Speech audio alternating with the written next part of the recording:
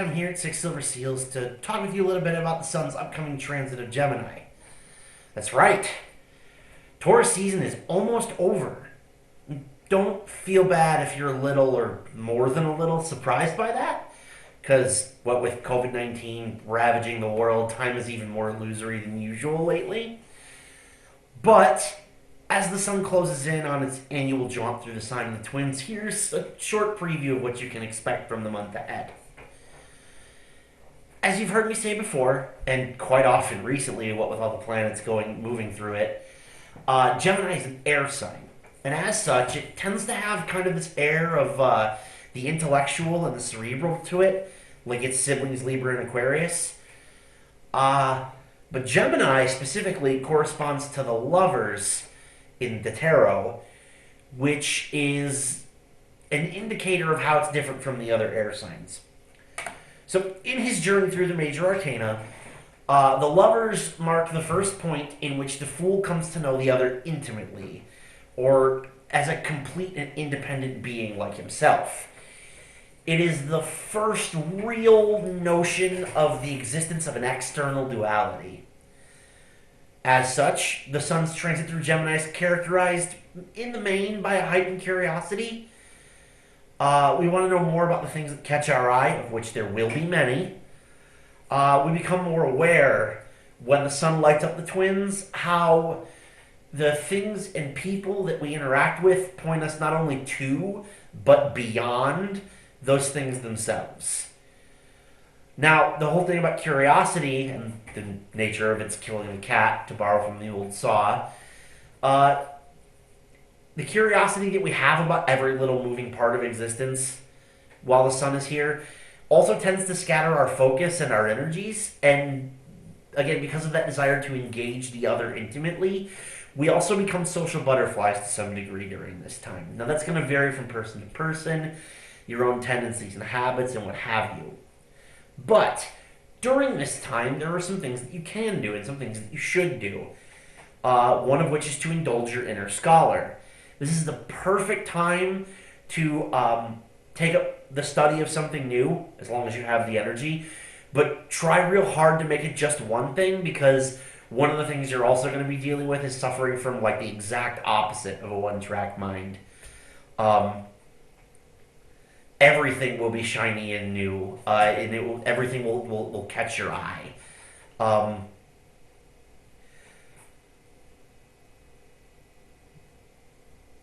Not to say that your attention span will be shorter, but just that you'll be more easily distracted. This is also a really good time to find ways to be social. That can be tough with, the quarantine and the stay-at-home orders. But from personal experience, I can tell you that digital board games are a really, really great way to connect with your friends over distance, as long as that sort of thing suits you in the first place. And again, the really key thing while the sun is in Gemini is to find ways to stay focused, because it's likely to be much, much more difficult than usual. We have a lot more trouble sticking to one thing than normal. Sort of in the same vein as when the sun is in Aries, although not quite. Aries will at least get halfway through a project before abandoning it. Gemini is just starting 7 at once, or very quickly one after the other, and then having to try to figure out how to do all of them instead of focusing and getting 1, 2, 3 at most seen through from start to finish. So during the next few weeks, because the sun is here for about a month, here are some of the most important solar aspects. On Friday, May 22nd, which is 2 days after the move, is the new moon in Gemini. And as with all new moons, this is going to be a great time for beginnings, for intention setting. But again, any sort of very intellectual, cerebral, thoughtful, any real mental projects, this is going to be a good day to start those, or set the intention to start those. Following that, on Wednesday, June 3rd, the sun will be conjunct Venus, which is currently retrograde in Gemini.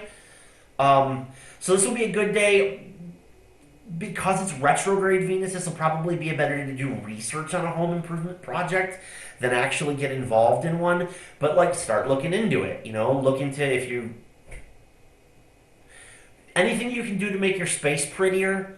Look into it. Whether that's the cost of paint, or does your local lawn and garden supply store sell succulents or what have you.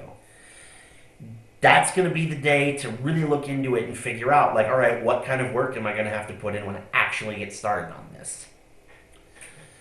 On Saturday, June 6th, the sun will be square Mars, which at that time will be moving through Pisces.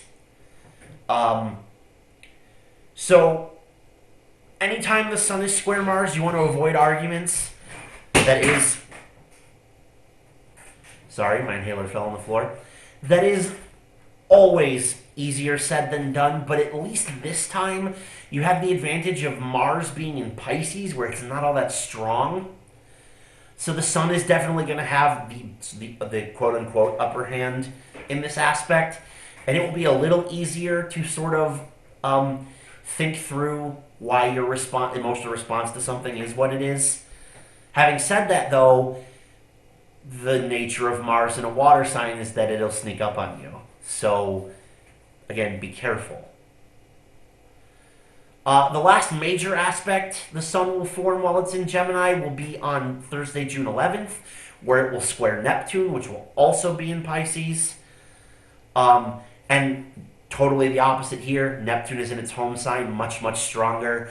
This is going to be even harder to focus than it's been this whole time, mostly because daydreams will have a tendency to run away with you.